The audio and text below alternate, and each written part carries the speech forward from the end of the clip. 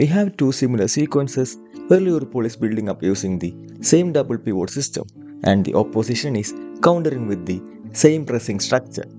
Liverpool failed in both sequences as they were forced to play long. But the same build-up tactics can beat any high press when done properly. Slot deploys a double pivot system because he wants to use the attacking midfielder as a free option behind the opposition press. Most teams counter this by blocking access to the double pivots while keeping track of the attacking midfielder. Majority of the opposition press with a 4-4-2 and thus the central areas are usually covered by 4 players. Since the 4-4-2 only has 2 central midfielders, the press will become weak if both push up to cover Liverpool's double pivots, as it will make the attacking midfielder free between the lines. To solve this, the common idea is to use a striker to cover shadow one pivot, while a central midfielder provides cover behind him. This ensures the opposition still has an extra central midfielder who can protect the space between the lines, as Liverpool are technically superior in these areas with words. Now Liverpool has to solve this pressing system. One solution is to move away from the striker's cover shadow, creating a temporary 2 vs 1 against the central midfielder. This pass can be made only if the keeper deceives the striker with a body feint. If that's not possible, the alternative option is to find the next free space. In this setup, the area behind the first line is always free.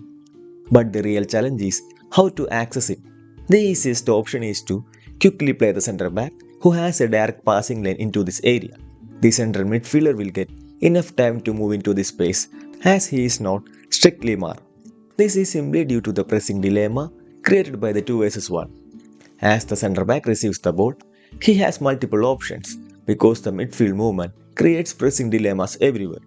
The central midfielder, assigned to track words, becomes confused as McAllister's movement has created that pressing dilemma. The winger is also uncertain whether to move inside and block the passing lane or to stay with the fullback.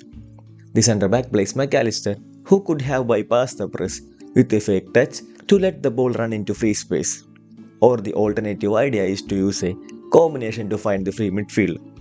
Though the opposition initially tried to close down the access to the double pivot, the simple midfield movements broke it and they could access the same midfielder they were trying to block. The double pivot's positioning can always disrupt the press. Here the opposition's intention is the same. The striker is cover shadowing one pivot while the other is already marked.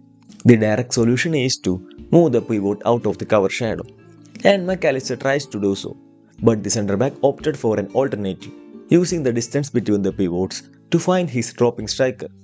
Now the midfield overload comes into play, as two centre midfielders cannot cover Liverpool's midfield three. The striker can then connect with either McAllister or Waits to beat the pressure. Now the whole press can be bypassed. The system is designed to use the midfield overload. Liverpool know how to exploit this idea of cover shadow. The system keeps the fullback narrow to have that player proximity, and it automatically opens up new passing angles into the space behind the first line. In a conventional back four system, the left back would have been wide, and he can be easily closed down by the winger. But in this narrow position, the centre back can quickly play him to find the pivot in free space. This is how the area behind the first line of press can be accessed. But don't forget that he is free because two other midfielders are pinning the opposition's double pivot. So once again, the same midfield overload beat the press. The intention is to find a way to break the opposition midfield using manipulative movements. As of now, the centre midfielder and the attacking midfielder are close to each other, and thus the opposition double pivot is compact.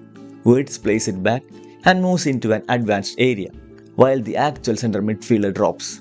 These are common movements seen in the midfield, but it's enough to disrupt the opposition. These contrasting movements drag the opposition midfield in opposite directions.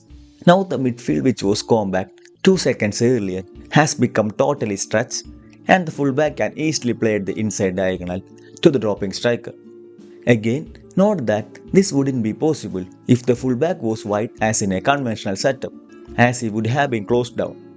The close positioning opened this angle and the press was bypassed. If the fullback moves wide, then Liverpool has another idea. As the ball is played to the left back, the centre midfielder becomes the free man as two opposition centre midfielders are pinned. So again it's a 3 versus 2 midfield overload. The opposition tries to neutralize this overload by closing him down, and McAllister tried to offer an option. Even though he couldn't be played, his run dragged a midfielder wide to open space for the attacking midfielder, and the press was bypassed. So the whole idea is to use midfield movements to exploit the numerical superiority. In another similar situation, when the ball is played to the left back, McAllister did not make the wide movement, and thus the centre midfielder stayed in his position, while in the previous sequence, his movements dragged the centre midfielder away. Now there is no space for Wirtz to move into, as opposition midfielder was defending it. Therefore, the press can't be bypassed.